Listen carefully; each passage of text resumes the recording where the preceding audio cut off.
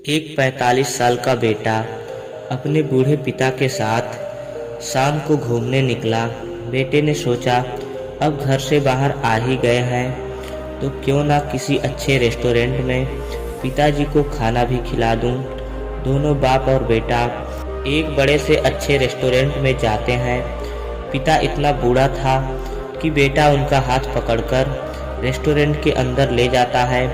बाप ये देखकर बहुत खुश होता है कि बेटा उसे उसके सबसे पसंदीदा रेस्टोरेंट में लेकर आया है।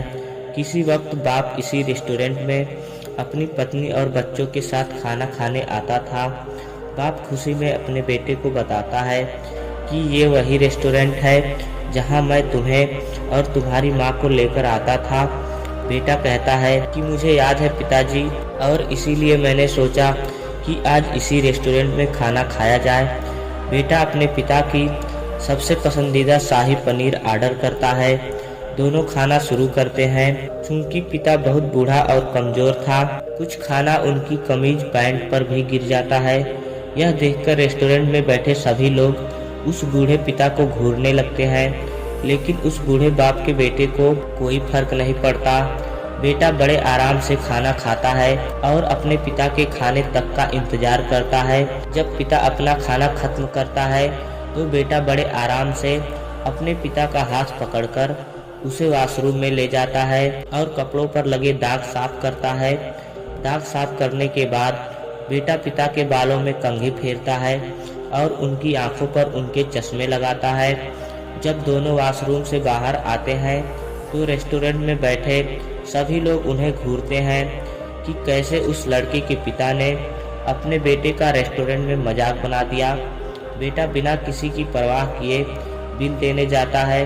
बिल देकर जब वे दोनों रेस्टोरेंट से बाहर जाने लगते हैं तो एक बूढ़ा व्यक्ति उस लड़के की पीठ पर हाथ रखता है और कहता है, सुनो बेटा, तुम्हें नहीं लगता कि तुमने इस रेस्टोरेंट में कुछ छोड़ दिया है? बेटा इधर उधर देखता है और कहता है, नहीं सर, मैंने कुछ नहीं छोड़ा है। वो बूढ़ा व्यक्ति फिर बोलता है, नहीं, तुम इस रेस्टोरेंट में कुछ छोड़कर जा रहे हो, और वो है इस रेस्टोरेंट में बैठे हुए लोगों के लिए एक सीख। बेटा, तुम यहाँ बैठे हर एक बेटे के लिए एक सीख छोड़कर जा रहे हो और हर एक पिता के लिए एक उम्मीद। मैंने आज तक ऐसा नहीं देखा कि कोई बेटा अपने पिता की इतनी दिल से सेवा करता हो। अपने पिता की जैसे तुम सेवा कर रहे हो, वो देखकर मेरी भी आंखें नम हो गई और तुमने मेरे अंदर एक उम्मीद जगाई है कि शायद मेरा बेटा भी इसी तरह मेरी सेवा करेगा। धन्य है तुम्हारे माँ बाप जिन्होंने तुम्हें इतने अच्छे संस्कार दिए हैं। बेटा, तुम जिंदगी में खूब तरक्की करो और हमेशा खुश रहो। उस बूढ़े आदमी ने उस बेटे को आशीर्वाद देकर अपनी जगह पर बैठ गया और यह सब देखकर उस बेटे के पिता का सीना गर्व से 5 इंच और चौड़ा हो गया। दोस्तों, इस भागदौड़ भरी जिंदगी में हम लोग इतने व्यस्त हो गए हैं कि अपनों के लिए वक्त ही नहीं निकाल पाते। इस कहानी का मूल उद्देश्य यह है कि कभी कभी अपने माँ बाप या रिश्तेदारों के लिए वक्त जरूर निकालें। उनकी दुआएं आपको जिंदगी में आगे बढ़ने का काम जरूर करेंगी और उन्हें जो खुशी मिलेगी उसका आप अनुमान भी नहीं लगा सकते हैं।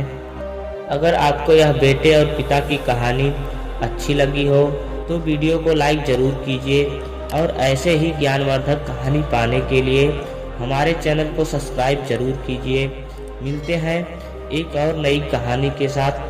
तब तक के लिए जय हिंद, वंदे मातरम।